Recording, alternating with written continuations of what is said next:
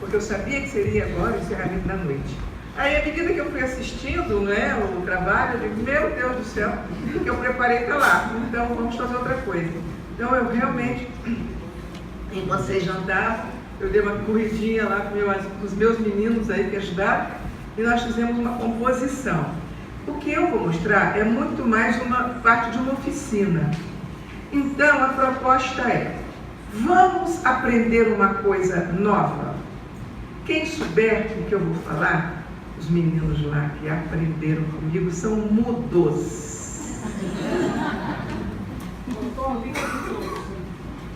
E quem souber não fala, porque eu quero que o cérebro trabalhe. Qual é a intenção? A intenção é que vocês sejam sujeitos do processo de aprendizagem, com todas as suas implicações. Combinado? Podemos começar? Bom, a gente sabe que Kardec fala que o ensino do Espiritismo tem que ser como? Claro, sem equívoco, para que ninguém diga é difícil. Mas mesmo assim tem gente que diz que é, né? Então hoje, tarde, eu ouvi quando vocês aprenderam, pelo menos na sala da Marlene, foi muito bem explicado, a necessidade de chegar a todos. Foi isso? Sim. Claro? Então, vamos começar. Ao longe, pude ver a esbarra. O que é que tem no cérebro de vocês? Associação com o quê? O que é isso? Deu branco? Então vamos em frente. Vou ajudar. Meu coração se alegrou ao passar pelos mujiques. Melhorou? Não? Alguma coisa ligada a? Perfeito, perfeito. Mas vamos lá. Vamos lá. O que vocês precisam saber? O que é isso? Levando já, vamos o tempo todo levar lá para o oeste. O que seria isso numa aula, pessoal que está começando? Eu estaria falando de quê, Mário? Por exemplo, Orlando, os papas aí, todo mundo aqui PhD. Perispírito. Perispírito, propriedade do perispírito.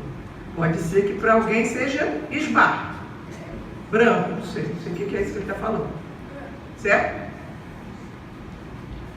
O que eu preciso fazer antes de continuar? O que vocês querem que eu faça agora, antes de continuar? Esbarro? Vamos lá. Dicionário. O que é esbarro? Vamos lá. É uma habitação típica camponesa, russa, construída com troncos de madeira. Eu conheço todas as palavras? Então eu já tenho pontos para ancorar. Então, se eu estou trabalhando o perispírito, propriedade do perispírito, eu tenho que usar palavras que vão fazer a pessoa entender. E a gente, às vezes, pensa que a pessoa está entendendo tudo quando não está. Sobretudo quando é criança, a gente vê muito isso. Um dia, no Evangelho do Lar, Larinha, que só tem 5 anos, estava fazendo com a irmã de 9, elas brigavam muito, e aí o dia era para falar de espírito. Aí a de 9 disse, nem adianta falar, porque Lara não sabe. Ela vai e diz, eu sei. Espírito é uma pessoa invisível que mora dentro da gente. Maravilha para quem tem 5 anos. O que ela já sabe é fantástico. Mas precisamos aí, no caso da Lara, não adianta ensinar mais nada. Porque depois que ela chegou nesse patamar, qualquer outra ideia que a gente levasse é muito abstrato, ela não vai entender. Mas, voltando então para o nosso caso, eu sei o que é uma habitação, eu sei o que é camponesa russa, a casa camponesa russa, e sei o que deve ser construído com tronco de madeira. Mas é muito isso, é muita explicação, é uma coisa muito básica. É bem básica. Será que isso aqui ajuda? O que aconteceu no cérebro? Esclarece? Isso é para a gente ver o poder da imagem. E hoje nós estamos no século XXI com uma enxurrada de imagens que a gente pode trabalhar para ajudar na compreensão, ainda que seja, não seja com criança, ainda que seja com o adulto. porque a gente tem os vídeos, a gente tem recursos para fazer analogias, e hoje você falava em analogias, né? Mas então, a imagem nos ajuda, mas vamos aumentar então o conceito, né?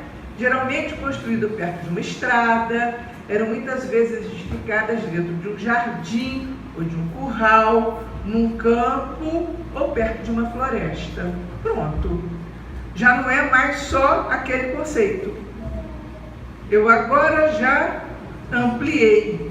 Então, qualquer assunto que eu esteja falando, eu não posso ficar com definição. Aliás, definição, eu às vezes me preocupo quando vejo pessoas mandando para o dicionário.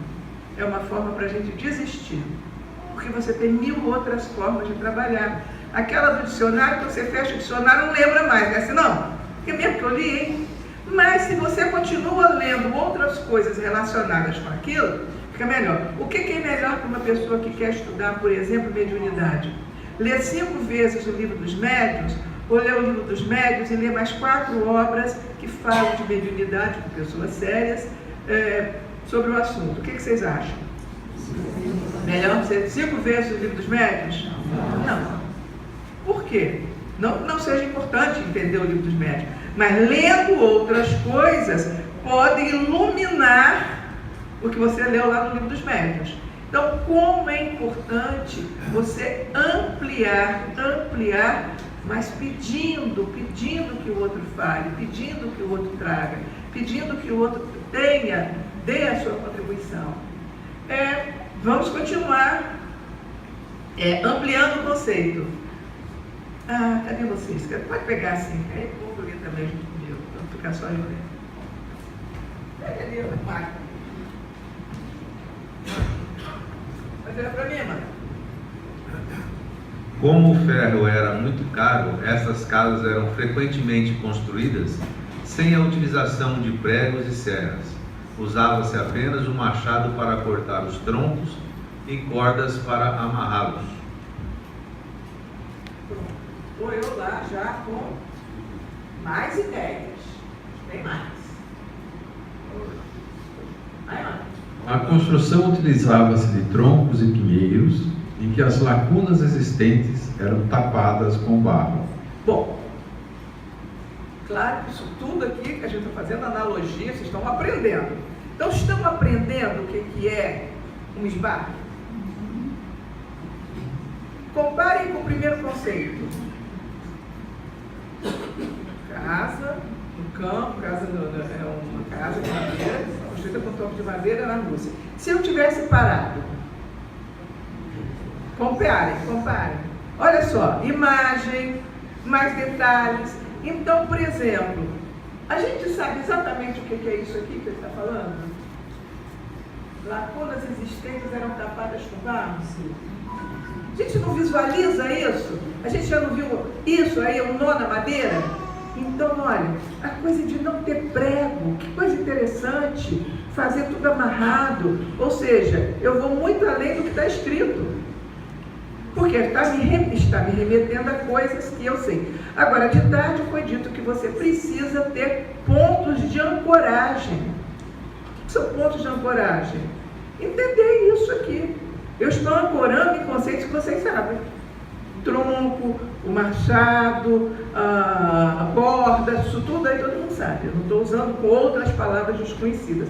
Então, se eu vou definir o que são as propriedades, por exemplo, do perispírito, eu não posso usar novamente palavras que sejam tão difíceis quanto a que eu estou definindo, porque eu não estou entendendo isso, também não vou entender aquilo, né? Então, o que é importante a gente entender? Como é que o cérebro funciona, né? Ele está o tempo todo fazendo conexões. Vocês fizeram conexão o tempo todo que eu estou falando. Aqui eu teria um vídeo, mas como a gente vem roubando coisas lá de outros arquivos para poder montar o que eu montei agora um pouquinho antes daqui começar, eu teria esse aqui, é um vídeo mostrando como é que o cérebro funciona. Ou seja, a gente sabe que às vezes uma informação está num lado e você busca a informação em outro, e às vezes nós vamos atribuindo sentidos para poder conectar. Então, se eu digo, por exemplo, eu até fiz isso de tarde, né? A gente fala às vezes 2, 3 palavras, eu peço para o auditório dar a quarta palavra, e todo mundo consegue falar a quarta palavra, achando um sentido. Vamos fazer? Então vamos lá. World Trade Center, Bin Laden e burca. Me dê uma quarta palavra. Terrorismo, outra. Atentado. Tragédia. Nova York. Nova York. Todas essas palavras. Então vamos lá. Terrorismo é uma coisa. Nova York é uma cidade. Atentado é outra coisa.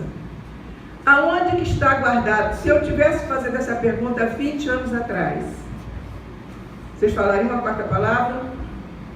Não. Aonde vocês arquivaram a palavra World Trade Center antes do atentado de 11 de setembro? Onde é que estava arquivada? Para quem sabe? Era um prédio ou 2 prédios em Nova York. 2 tocos em Nova York. Né? Comerciais. Bin Laden. Onde é que vocês arquivaram o nome? Bin Laden. Era um terrorista que muita gente já tinha ouvido falar. E burca. Quando é que a gente aprendeu sobre burca? Não é depois? É que vem depois, os talibãs, não sei o que, aí a gente aprendeu o que é burca. Ou seja, vestuário, um nome de homem, um ponto de Nova York. Arquivado em lugares diferentes do cérebro. Mas a gente é capaz de fechar isso. Então, isso que é o cerne da aprendizagem. Pegar aquela pessoa que está aprendendo e trazer no próprio conteúdo, esmiuçar, e Kardec é perfeito nisso, porque ele faz todo o encadeamento, muito lógico. Então, ir buscando, e às vezes a gente precisa pular uma questão e buscar lá em outro livro, não é assim? O próprio Eja não leva para isso? Para poder fazer as conexões. Então, como é importante que a gente perceba pontos, onde é que eu posso ancorar, onde é que eu posso trazer isso, porque o cérebro vai estar trabalhando o tempo todo. Os neurônios estão sempre em ação. Aqui é apenas a título de didática, de efeito didático. Claro que a gente tem milhões de neurônios, bilhões de neurônios, e não vai ser assim, um esquema assim, mas só para a gente mostrar. Então, por exemplo, para fazer a primeira conexãozinha, o que é esbar? Seria assim, isso é aquilo. Dada a palavra, tem o resultado. Tipo, quem descobriu o Brasil? Pedro Álvares Cabral. A conexãozinha está pronta lá no cérebro, não está? Então, normalmente a gente tem, né? Aqui seria uma informação nova, é armazenada em uma ou mais conexões bastante simples. Exemplo, esbar tem a ver com casa de tronco na Rússia. É uma conexãozinha mínima que vocês fizeram. Mas será que é só isso? Será que as conexões mentais são só assim, tão simplesinha? Isso é decorar. Se for só isso, é decorar. Só que eu já falei muito mais coisas para vocês. Esse muito mais coisas é que é a riqueza. Mas vamos em frente. No livro Ressurreição e Vida, Dona Ivone Pereira usa muito a palavra esbar. Então ela diz, por exemplo, quem está com o microfone aí? Leia para mim, querido. A residência era uma spa de madeira vermelha no centro de um pátio amplo, mas onde 1000 utensílios velhos e imprestáveis se acumulavam em desordem, de mistura com cães, galinhas, 2 cabras brancas e muito felpudas, cada uma com uma das suas 2 crias já crescidinhas. Bom, se eu não tenho a imagem, o que é isso aí? Qual é a função disso no meu cérebro? Vocês estão vendo? Vocês estão vendo? A descrição, palavras podem substituir imagem. Não está bem claro aí como é que é? Em uma palavra, isso aí é o quê? Hein, gente? Uma bagunça. Não é não? Pode ser alguma coisa parecida com isso. A gente até imagina, né? As galinhas, as cabras, cabra felpuda, as crias. Imagina? Ou seja, se eu estivesse imaginando uma cabaninha romântica, esquece. Porque esbar é isso aí, ó. Eu continuo trazendo elementos para ampliar a rede de significados, né? Novas informações vão aumentando a rede cada vez que eu aumenta a compreensão. Então, eu falava de tarde lá na sala que eu fiquei, posso repetir agora, não tenham pressa. Eu sei que tem programa, mas se a gente deseja que haja um conhecimento para a transformação moral daquelas pessoas que ali estão, o importante é que haja aprendizagem. Então, eu queria que vocês questionassem, refletissem um pouco sobre a questão de sair correndo, independente se as pessoas estão aprendendo ou não.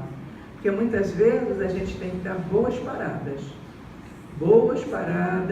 para que aquilo tudo fique assimilado, fazer isso que eu estou fazendo. Porque eu podia ter parado com a palavra do dicionário. Então, guardando as devidas proporções, isso tudo que eu estou trazendo a mais, é no sentido de, olha, para ficar bem claro o que é esse conceito que eu estou ensinando, olha quanta coisa eu estou trazendo. Por quê? Eu preciso que vocês, além do que, nós sabemos das inteligências múltiplas.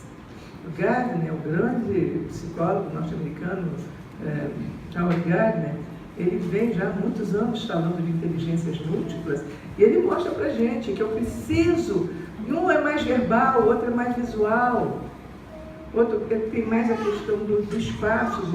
Então a gente, por exemplo, na evangelização, usa muito corpo, muita ação, para a criança ir fazendo e ir aprendendo. Certo? Já que eu falei no Gardner, o Gardner está com um livro excepcionalmente bom, chamado A Geração App, de aplicativos. Vale a pena ficar de olho, não sei se já tem a tradução brasileira, mas já tem em outras línguas e vale a pena, é muito bom. Tem em espanhol, não lê em inglês. Bom, voltando aqui. Então, ao longe pude ver a Esbá. Meu coração se alegrou ao passar pelos mujiques. Mikhail Alexandrovna e sua mulher me acolheram naquela noite e cantaram para mim. Bom, já estou chegando no outro conceito, né? Mujik. O que será que é mujik?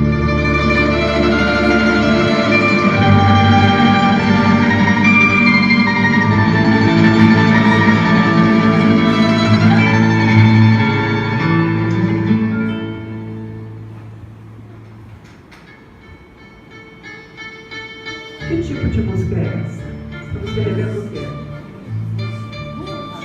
É uma balalaica, né, que está tocando, e a música é uma música russa.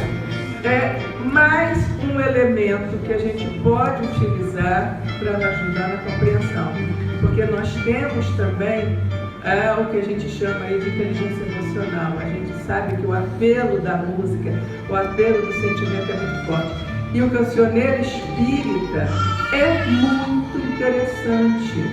Há muita música explicativa, muita música que fica na mente da gente. As músicas que falam de Jesus, as músicas que falam do Evangelho.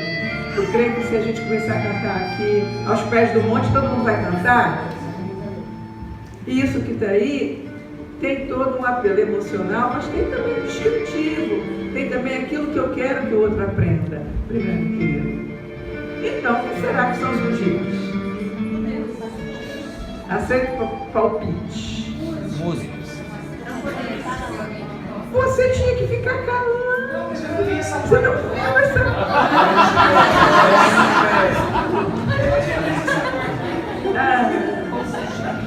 Será? Mujiques? Músicos. São os músicos. Ao longe pude ver a Esbá. Meu coração se alegrou ao passar pelos mujiques. Mikhail Alexandrovna e sua mulher me acolheram na terra naquela noite e cantaram para mim. Parece até que esses mujiques fossem músicos, mas mujik não quer dizer isso. O que são os mujiques? Mujik era a denominação dada aos camponeses russos normalmente antes do país adotar o regime socialista. Foi em 1917. Então, mujik era camponês. E isso, nesse livro da Ressurreição em Vida, de Dona Ivone, ela vai falar muito dos mujiques, sobretudo num dos contos, que é o Paralítico de Kiev. Mas eu vou facilitar a vida de vocês mostrando isso. O que mais que vocês sabem dos mujiques? Estão falando. O que mais? O que mais? São? família? Nuclear? Extensiva demais, né? Mas o que vocês sabem deles? Barbudos.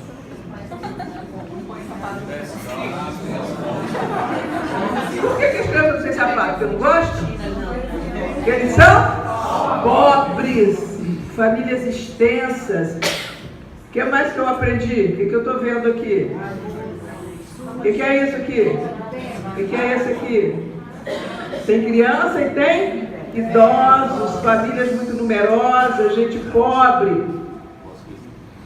A imagem me dá muito mais informação do que às vezes a descrição. Então vamos voltar?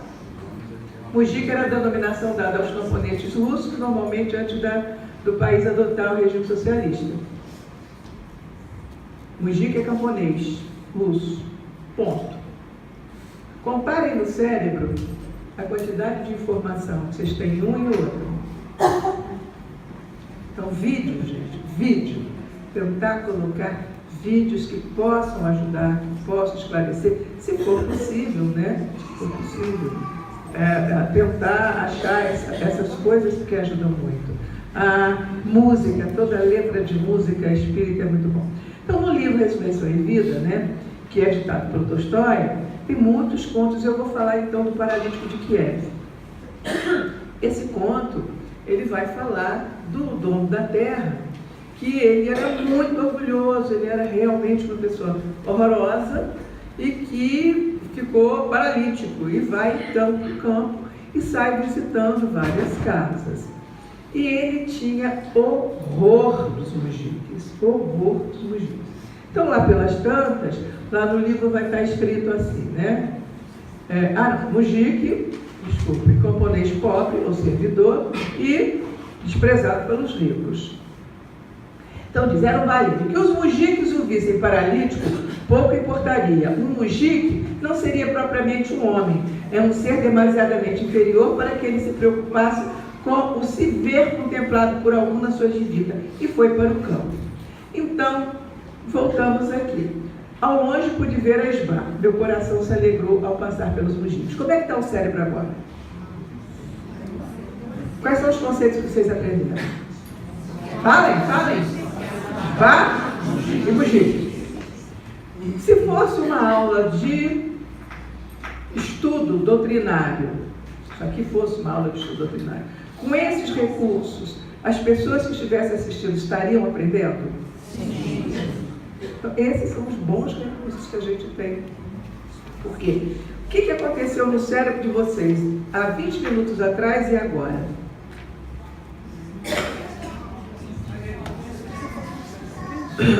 Vocês foram ancorando para o conceito ficar claro.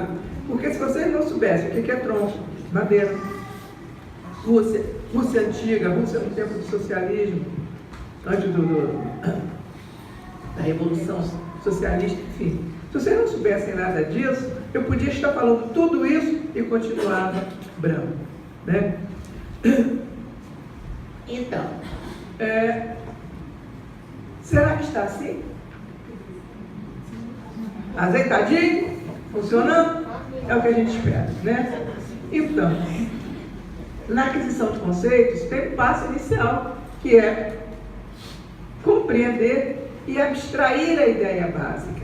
Às vezes a gente fica muito preocupado, quando está trabalhando do ponto de vista doutrinário, em dar detalhe do detalhe, aquela notinha de rodapé. E às vezes não é a coisa mais importante. O importante é o conceito, o importante é a ideia, levando para a vida, inclusive. Esses pontos de ancoragem precisam ser na vida. Então, se você está falando de alguma coisa que merece ser discutido, você vai discutir isso fazendo a ponte com a vida. Então, se você está trabalhando qualquer conceito que você esteja, né, da evolução espiritual, dos conceitos evangélicos, não importa, dos próprios conceitos espíritas, de reencarnação, toda a parte fenomênica, todos aqueles conceitos, levando para a vida. Porque se não for para a vida, não vale a pena. Então, o primeiro passo é abstrair a ideia básica. Então, no caso de Sbar, qual é a ideia básica? Ela é o quê? Isso. E Mogi? Esse é o nosso esforço no trabalho. Quando termina, antes de ir embora para casa, e aí, gente, o que a gente viu hoje? Ficou claro? Ficou claro aí? Me diz aí. Então, Denise, o que a gente aprendeu hoje? Fala aí. Ficou claro? Ela vai dizer para mim o que foi que ela aprendeu. Porque é muito importante que eu saiba, inclusive se ela aprendeu ou não. E é por isso que eu falo. Assim é muito papai. Não poderia sair Sorocaba. Bom, gente, não me frente, que eu sei que o negócio aqui nós estamos tarde, né? Tem um dado momento, deixa eu voltar aqui, tem um dado momento, ele começa a sair de casa em casa, e sempre vai encontrar alguém que está feliz, que não está muito infeliz, e que tem uma doença pior do que ele. Aí ele vai encontrar um cego, ele vai encontrar até que ele encontra um que tem hanseníase, mas que está feliz, que está feliz. E o que acontece? Ele é espírita. E esse homem, que era muito preconceituoso, ele começa a rever seus valores. E ao começar a entender a doutrina espírita, ele muda. E aí vejam, o que é que ele agora, Dona Ivone vai escrever isso, né? Providencie para que a casa do leproso Kozlovski seja reparada, ou melhor, não. Aquela casa fornece ao desgraçado recordações muito dolorosas. Desejo que se erga uma outra casa para ele, em nossas terras, mais perto daqui, para me facilitar umas visitas que irei fazer, com jardins e conforto necessário. Mas tudo isso com a máxima urgência. Enquanto não se constrói a casa, será necessário reparar a lareira, tirar as goteiras daquela onde ele mora. E também que ele e seu enfermeiro não sofram quaisquer privações. Ou seja, aqui a gente vai mostrar como é que muitas vezes um conceito arraigado, um conceito errado, a gente consegue mudar. Eu também de tarde dei o conceito clássico que a gente dá é o pessoal que confunde reencarnação com o quê? Ressurreição. Então, se você confunde reencarnação com ressurreição, depois de certo tempo, você descobre que não é a mesma coisa. Outras coisas, alguém me contou aí também que o filho, a filha, cadê? Deixa eu achar aqui que eu sei quem foi. Se a minha filha tinha horror de espiritismo, eu fiz uma dedicatória. Quem foi? Foi você, né? Fala aí pra gente, povo, como é que foi? O que você contou pra mim? Repete aí, por favor.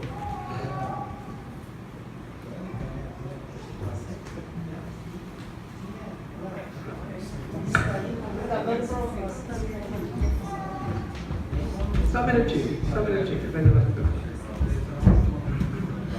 Eu adorei a sua história. Aí, quando nós nos mudamos para Porto Feliz... Vamos começar. Minha filha...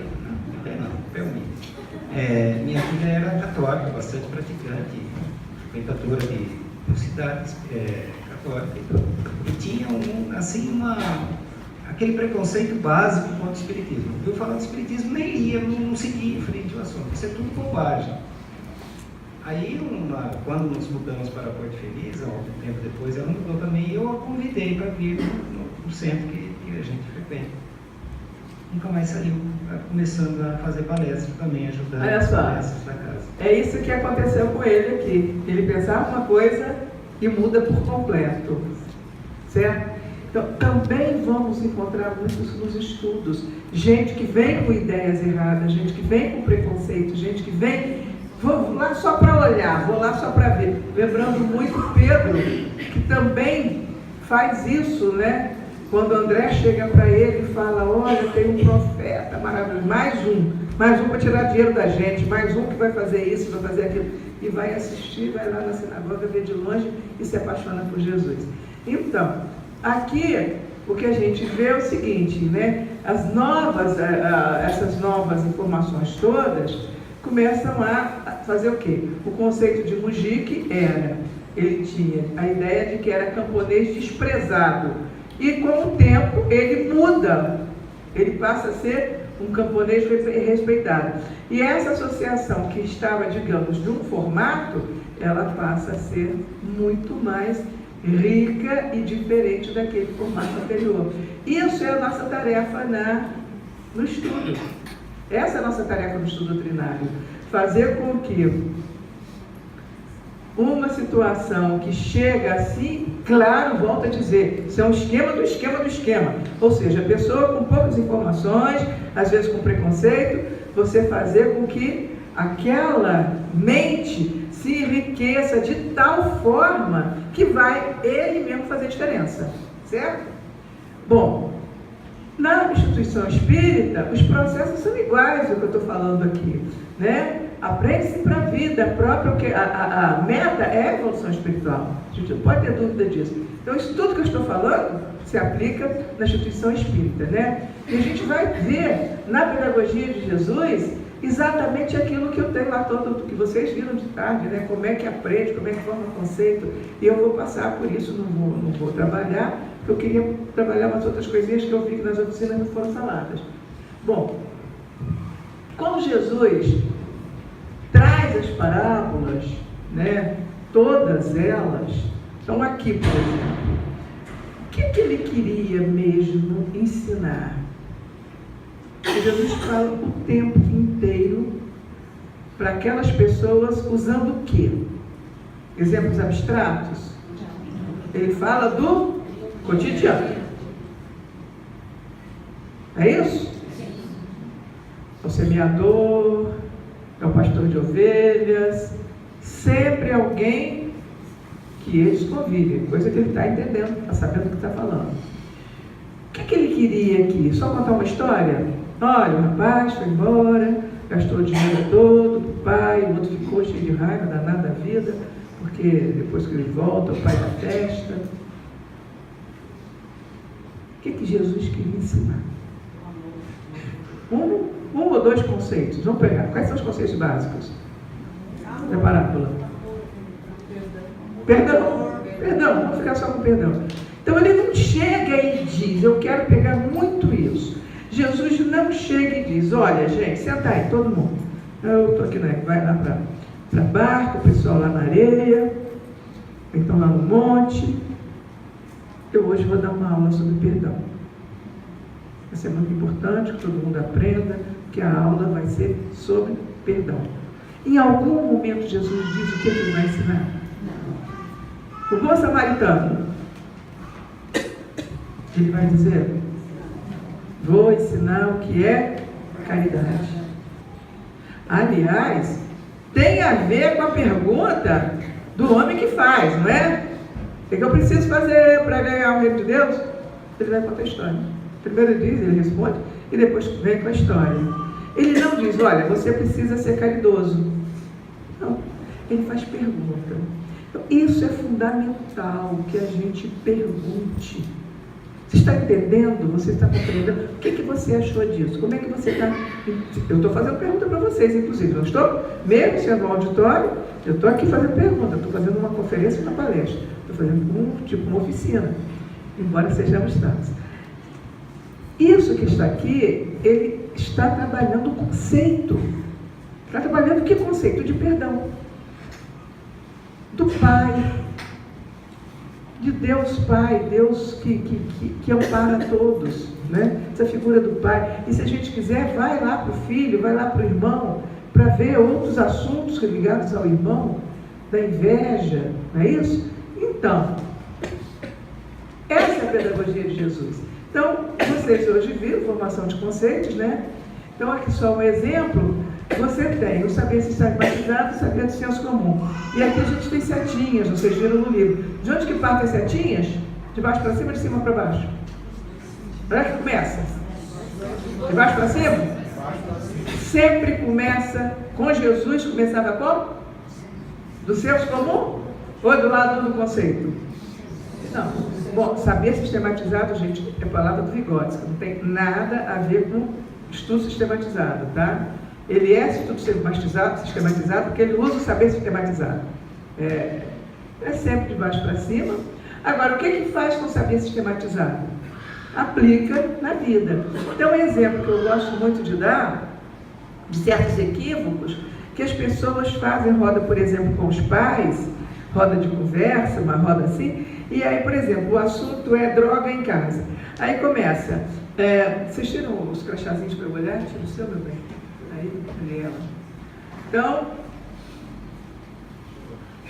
Giovana começa falando, porque lá em casa o meu filho está com problemas. Eu tenho 40 minutos.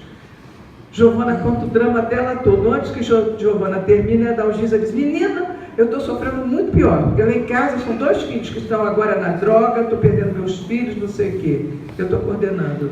Rafael pega e emenda, o tempo está passando. E conta o drama dele. E quando eu vejo o Felipe diz: não, mas eu também queria falar. Porque, olha, lá em casa o problema é assim, eu já perdi, já aconteceu, não sei o quê. Gente, que bom, obrigada pela participação de vocês, o nosso tempo terminou. O que tem de errado? A resposta está aqui. O que eu tinha que ter feito? Fui na Giovana, fui na Dalgisa. O tempo está passando. Elas estão com drama. Nós estamos numa casa espírita. Eu tenho alguma coisa para consolá-las? Para esclarecer?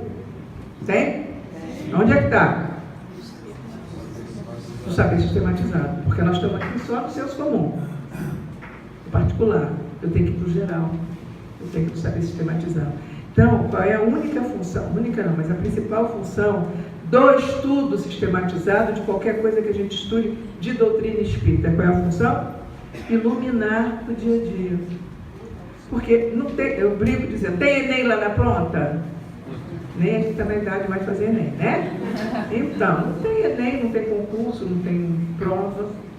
Para que a gente aprende? Aquelas pessoas todas que estão estudando doutrina espírita, aprendem para quê? Para se tornarem pessoas melhores, para a sua evolução espiritual. Não é isso? Então, o que eu tinha que ter feito aqui? Ouço a primeira, ouço a segunda, mesmo que ele quisesse falar: Rafael, meu amor, você espera um pouquinho, porque eu acho que a gente precisava agora buscar na doutrina espírita a resposta para isso. Talvez eu também te esclareça. E você também, Felipe, já levantou a mão angustiado. Espera, Felipe, eu não vou ser indelicada, mas eu preciso levar o esclarecimento, porque senão é só catarse. Percebe? Isso é uma das coisas que me preocupa muito. A gente deixa, às vezes, rolar. Porque eu não vou ser indelicada. Não. A doutrina espírita é que vai trazer a resposta. E quando eu der a resposta, possivelmente posso chegar no final e dizer: te esclareceu, Rafael? Te esclareceu, Felipe? Que bom. Se eu tiver dúvida, semana que vem a gente volta. Mas eu não posso deixar de fazer esta ponte aqui. E esse saber sistematizado, ele vai. Vocês também aprenderam. O SBA está aqui, ó. Está aqui. O Mujica está aqui. Cada vez mais ampliando os conceitos se ampliam, os conceitos crescem. A gente não teria tempo de trabalhar isso, né? Mas é bom que vocês percebam. E quando a gente encontra erro, tem uma leitura muito interessante. Vou botar aqui 2 erros. Quer dizer, não sei nem se é erro, né?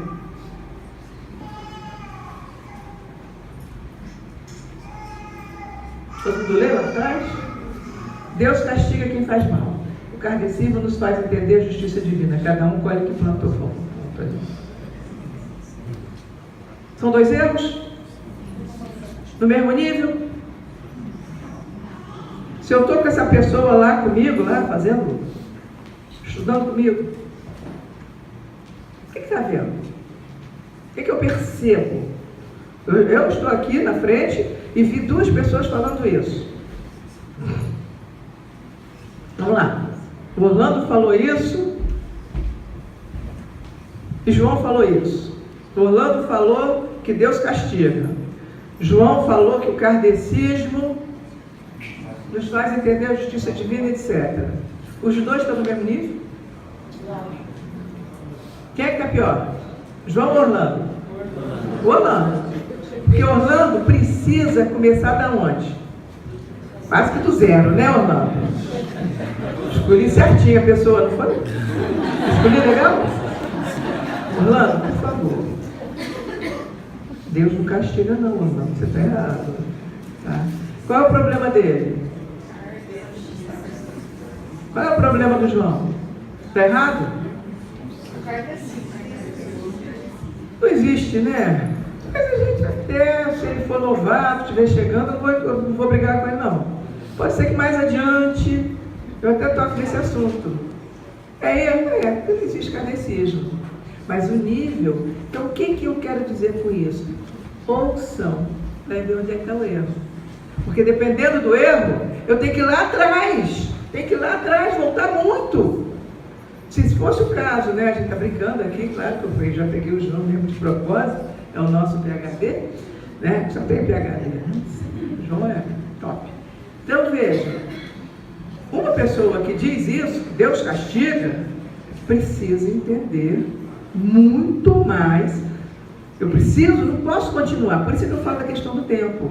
Então eu estou lá achando que está todo mundo aprendendo, aí tem alguém que me diz, não, aconteceu isso, mas Deus castiga, Deus é assim mesmo. Ih, gente, eu acho que vou ter que voltar. E não tenham medo de voltar, porque se tem coisa errada, a gente tem que voltar, não é isso? Então, o que eu tenho que fazer quando eu vejo, por exemplo, nesse caso aí, o que ele acha que é e a ideia é correta? O que eu tenho que fazer? Ele acha que é isso. Ele acha que está aqui. Isso aqui é porque eu trabalho com os níveis do conceito, né? O núcleo do conceito está aqui e ele vai ampliando. Então ele está achando que Deus castiga. O que eu tenho que fazer? Ele tem que pegar e dar a ideia correta. Mas o que eu faço com isso? Isso aqui, ó. Inibe. Não é isso, você está errado. Ressurreição não é a mesma coisa que reencarnação, né? Então, significado e sentido, eu vi que vocês trabalharam bastante de tarde, mas eu só não queria que vocês entendessem isso. Então, por favor, Marlene, quer ler para mim, minha querida? Por favor, aqui, por favor. O Maratimba saiu contente. O arrasto tinha sido bom, não perdeu tempo. Pegou tudo, sem se esquecer da lata para a medida. Achou que tinha pago um bom preço pelo norte. O que elas estão falando? Quem sabe explicar direitinho tudo? Traduzir tintim por tintim. Alguém? Tem algum capixaba aqui além de mim? Não? Acho que eu sei. O que é Maratimba? Não é pensador? Não. Não? Não. Não importa. Fica claro isso? Não. Eu não sei o significado dessas coisas. Eu não sei o que é Maratimba. Maratimba é quem nasce em Marataízes, uma praia do Espírito Santo. Já ajudei aí para entender o segundo conceito que vocês não sabem, ou que a maioria talvez não saiba. O que é o segundo conceito? Arrasto. O que é arrasto? Porque muita gente sabe. É a pesca de arrasto, o arrastão. Tinha sido bom. Não perdeu tempo, perdeu tudo sem se esquecer da lata. Está escrito ali da lata para medida. Ele está pescando o quê? Sardinha. Lá em Marataízes, eles lá trabalham. Pega o camarão, bota na lata e sai para vender. De lata em lata, lata de 1 litro. Eles dizem, lata de 1 litro. Então eu quero quantos litros você quer de camarão? Imagina, quantos litros de camarão você quer. Só faz sentido para quem está lá, né? E o lote, eles dizem assim, não quer comprar o lote? Compra o lote. O lote é que ele prepara, separa assim, né? Eles compram logo tudo de uma vez. Então tem muita gente que prefere comprar o lote em vez de comprar na lata. Ou seja, para eu dar sequência a qualquer estudo, o que eu tenho que deixar muito claro? Conceito por conceito. Leva tempo? Leva. Porque vai ter gente que não tem. Um dia eu trabalhando numa casa de umbanda que queria ser kardecista, ela queria ser kardecista. Senhora, vem, a gente quer ser kardecista, a gente quer ser Kardec. Nem kardecista, a gente quer ser Kardec. A senhora ajuda? Eu ajudo. Eu cheguei com essa minha boa vontade e tal. Ela vira uma senhora e diz assim para mim, e eu estava falando de reencarnação. Aí ela vira e diz assim para mim, minha filha, já que você está com tanta boa vontade, ela nordestina, me explica um negócio que eu não consigo entender. Como é que pode o espírito do defunto que está lá mortinho debaixo da terra entrar para a barriga da mulher presa? Não sei, minha filha. Deus do céu. Eu aqui falando de reencarnação e esta criatura pensando como é que pode o espírito do defunto que está lá mortinho entrar na barriga da mulher presa. para tudo e vamos lá. Tem jeito, gente. Esse dia eles devem ter aprendido uns 2 ou 3 conceitos, que não importa. Não tinha noção. Era um pessoal muito pobre e ela se sentiu muito à vontade para perguntar. E aquele que não pergunta? Vai sair sem entender, certo? Então, aqui é o exemplo de não estou entendendo nada, me explica. E aí a importância da palavra. Eu também de tarde, estou voltando aos exemplos que eu dei de tarde, eu acho que foram, vocês estão com muita pressa que é meia-noite dá, né? Quando eu dormo aqui, amanhã já... Bom, eu dei esse exemplo lá porque dentro do assunto que eu tenho estudado sobre pertencimento, eu encontrei uma pesquisa muito recente que fala mais ou menos o seguinte, era na empresa, produção da empresa. Então diz que quando tem um elemento novo que chega e você aproveita as ideias dele, qualquer coisa que ele fale. Então, por exemplo, o Felipe é o novo. Nós estamos numa reunião e eu pergunto, alguém gostaria de falar alguma coisa? Ele meio tímido, acabou de chegar, ele fala uma coisinha. Digo, olha, interessante o exemplo do Felipe, fala de novo. Que nem eu fiz agora com o nosso companheiro lá. Fala de novo, Felipe, fala para o pessoal, isso que você me contou, muito bom, muito bom. O Felipe está ali. Na segunda vez ou na terceira vez, que por pequenas dicas que ele deu, eu dou a entender que a fala dele é importante, aumenta a produção. Porque ele se sente pertencendo. Eu acho que essa pesquisa vale a pena para a gente guardar. Ou seja, aquela pessoa, você contou, querida, do analfabeto. Eu achei importantíssimo você me contar e vou te perguntar como é que vocês ensinam para o analfabeto, não é? E você me disse, vamos dar o microfone que eu achei interessantíssimo. Vamos lá.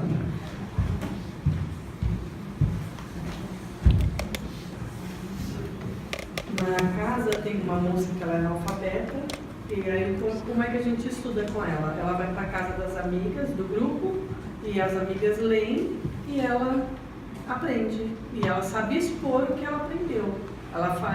Depois ela fica em pé no grupo e explica a lição. Gente, isso é inclusão.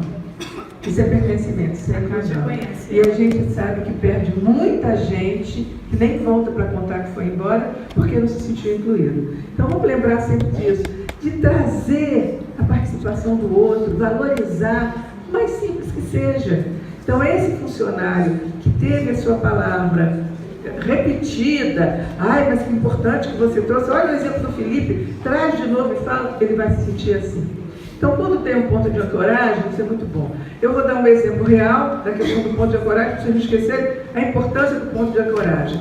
Nós temos, é um caso de família até, nossa netinha, com 6 anos mais ou menos, o casal vinha de Cabo Frio, e ela no banco de trás, e o GPS dizendo, entra aqui, entra ali, faz isso, faz aquilo, e de repente o GPS diz assim, vire na rua João Matos Filho.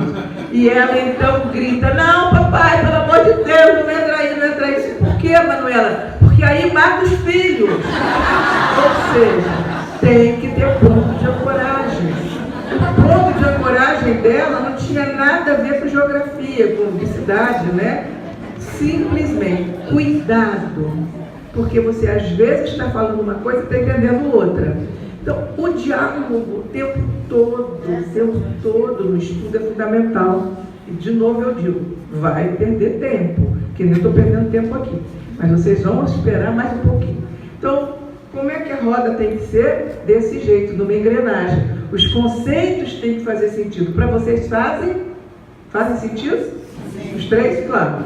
Né? Tá assim, deve estar rodando tudo bonitinho, né? E quando ele é desconhecido, se tiver alguma coisa no meio que não sabe, como é que fica? Percebem? Não pode de jeito de ficar assim.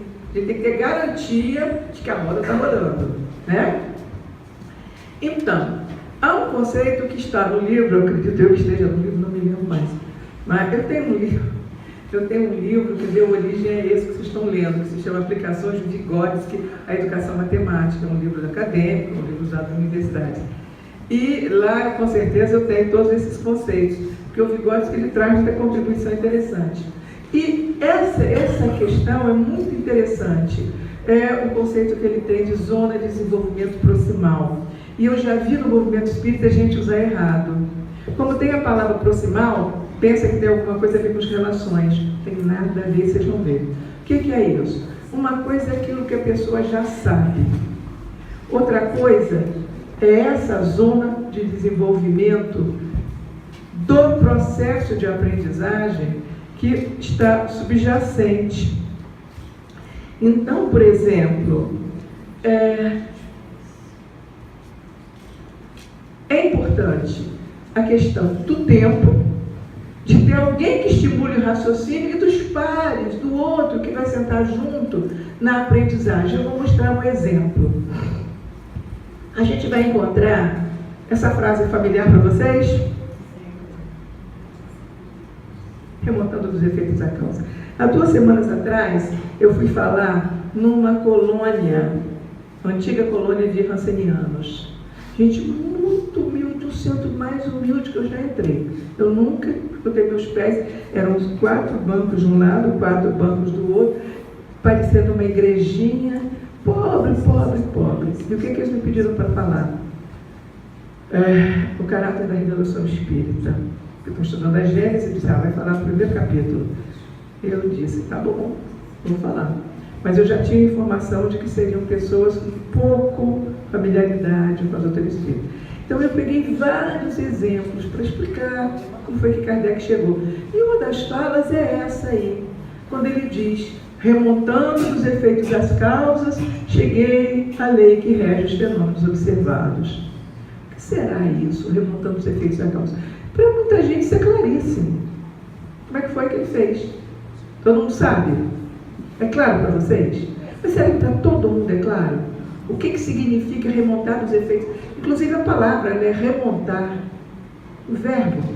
Remontar dos efeitos à causa. É difícil. E aí, como eu sei que a gente precisa ter pontos de ancoragem, eu fui buscar na história do Alexandre Fleming exatamente um exemplo para chegar lá. O que eu contei? Contei a história. Todo mundo sabe? Posso contar? Ele estava procurando uma coisa que combatesse, um remédio, um produto, né, uma substância, que combatesse as infecções, porque morria-se com muito com infecção. Ele vai colocando bactérias nas lâminas, né? E vai estudando, vai fazendo, e não acha, tenta um, tenta outro, sai de férias. Mas a providência divina age. Ele esqueceu uma laminazinha, uma caixinha dessas, com a bactériazinha. E vai embora, um mês de férias. Quando ele volta, ele acha em cima da pia, e em volta dela havia uma substância clara, e as bactérias não se proliferaram. Havia combatido as bactérias. Ele disse, epa, que será isso aqui? É isso aqui que está matando bactéria, é o que eu estou procurando. Ele já tinha um efeito, ele vai atrás da causa. E procura, ele desce, vai no terceiro andar, alguém deve ter dito para ele, que no terceiro andar estavam estudando os fungos. E um dos fungos que eles estavam estudando era o penicilino. Esse fungo tem a propriedade de se deslocar. Subiu, em um mês o funguinho subiu e foi lá na plaquinha de bactéria. Epa! Descobri, claro, que aí vai repetir, repete e descobre.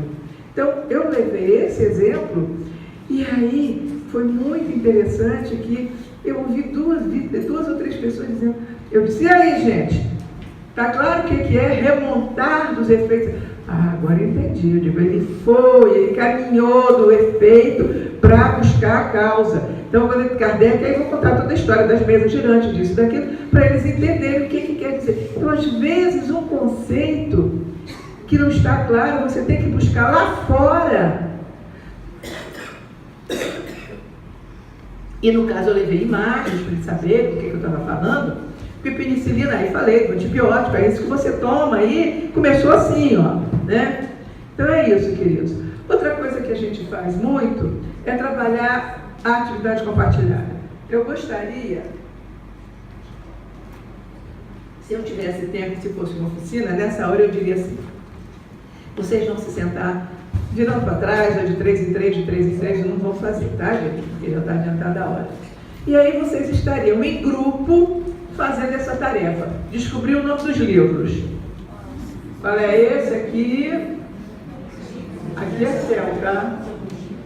Um jacaré, um dinossauro, um cavalo, um macaco, um homem, um mundo, outro mundo. 3 cartinhas e um fantasminha. Uma mãozinha escrevendo, uma figura e um revólver. Um livrinho, 3 fantasminhas. O que é isso aqui? O que é isso? Papai, mamãe, filhinho, uma casinha. Nosso lar. Nosso lar. Aqui um anjinho com as nuvens, aqui um capetinha. Terra. Isso aqui. Entre a terra e o céu. E esse aqui? Evolução, hein? 2 mundos. Eu tenho uma lista de 15. Aí bota um pouco para fazer. Bota um pouco para fazer e tal. Mas será que eu estou querendo só recrear? Não. Eu quero provar que quando a gente trabalha em grupo, a zona proximal, vou voltar lá para a zona proximal. O que é a zona proximal? É aquilo que eu estou quase sabendo, mas que eu ainda não dominei o conceito. Eu sei mais ou menos. Mas a palavra do outro, a pergunta, lembra que eu coloquei? A pergunta, o colega, um adulto falando, é o que vai desequilibrar para eu chegar, quer dizer, desequilibrar ou equilibrar, para eu chegar no conceito. Então, por exemplo, vocês aqui, uns falaram que era o quê? Não, evolução em 2 mundos é o quê? Vocês falaram outra coisa. A Gênese. Só que alguém diz, mas não é a Gênese não, porque ó, tem 2 mundos aqui. Ó. No que falou 2 mundos, o cérebro do outro vai dizer evolução em 2 mundos. Agora vejam, se eu chamo uma pessoa que nessa escola, uma professora qualquer, até formada, católica, e 2 para ela vai fazer? O que é a zona de desenvolvimento proximal? Um conceito importantíssimo. Para quem não sabe nada, não adianta nem dar pista. Mas para quem está no meio do caminho, faça trabalho em grupo. Porque mente com mente ajuda na zona de desenvolvimento proximal. Proximal no sentido que diz, não é próximo, que eu estou próximo ao outro, não. Proximal está quase chegando no conceito. O conceito está quase pronto. Basta, não é para você dar resposta. É para fazer pergunta. Não é assim que a gente aprende? Espera lá, gente. Vamos lá. Vocês estão entendendo. Kardec foi convencido logo assim que ele foi lá na primeira reunião lá na casa da Madame Prémaison. Será que ele foi? Mas ele foi lá, ele observou. E aí? Vamos ver o vídeo? Tem o filme? Vamos assistir? E aí? Ou seja, as pessoas sabem mais ou menos, mas diante das minhas perguntas ela vai ficar arisca para ver o vídeo. E na hora ela vai chegar à conclusão, não. Ali ele começa a desconfiar que tem espírito. Percebem como é que é? Como é importante que ninguém aprende, o grupo inteiro não aprende igual, o nível não é igual. A descoberta do Vygotsky é interessantíssima, porque ele diz, não adianta nivelar. E de tarde eu estava ouvindo a questão, numa das salas que eu fui, sobre se é bom o grupo heterogêneo ou não. É maravilhoso, desde que não seja uma coisa absurda como alguém aventou. Também eu não vou botar o iniciante junto com o Mário, junto com a Marlene, uma pessoa que não sabe nem o que é Kardec, quem é Kardec. Mas aquele grupo normalmente que a gente tem, é bom que tenha, com experiências diferentes, né, com formações diferentes, porque vai ajudar na zona de desenvolvimento profissional. Já estamos terminando, né? Então, quando os aprendizes interagem entre si, aumenta a possibilidade de aprender o conteúdo, superando. E o que acontece é que quando você fala, no caso ali daquelas figurinhas, um fala, vai enriquecer outro lá. E aí vai se fazendo a aprendizagem. Como é importante a fala, a gente não pode deixar de falar, né? Então, o que ajuda na aprendizagem? Diferentes fontes de informação, diferentes linguagens de atenção, novidade, repetição. Eu não trabalhei muito isso, né? Mas vamos lá, um montante de esforço para aprender, né? E qual é mesmo o nome que se usava para designar os tons das terras dos mujiques? Bahia. Todo mundo sabe? É Barão, né? O dono da terra, né? Bahia, né? Você sabe muito da Rússia? Um pouquinho. No céu, fica quietinho. O resto. Lembrou? Eu ensinei? Em momento algum mostrei isso? O cérebro leu? Os olhos leram? Eu falei? Entrou pelos ouvidos? Não? É que dá muito trabalho voltar lá na tela, mas claro, eu ensinei? Não. Eu não ensinei. Isto é para mostrar que tem gente que acha que está ensinando. Tirando vocês gênios aí que souberam, por que souberam, hein? Vocês lembraram? Lembraram? Hein? Do livro. Ah, é outra coisa. Porque se você fosse uma pessoa que estivesse lendo pela primeira vez, a palavra Barini, eu não enfatizei, eu passei rápido por ela e aumentei o tom de voz logo depois da palavra. Eu disse era o Barini. Se os mujiques o vissem paralítico, pouco importava. Peguei a ponteira e fui levando vocês para desviar dos olhos da palavra e continuei. Foi a única hora que eu usei a ponteira efetivamente até o final, para vocês lerem junto comigo e não voltarem os olhos para a palavra. Não é pegadinha, é só para ensinar. Que às vezes a gente tema dizer, não prestou atenção, hein? Precisa ser mais atento. Não houve isso, não foi que vocês não prestaram atenção. Vocês não aprenderam o que eu ensinei. O que é ensinar? Eu ensinei esbar.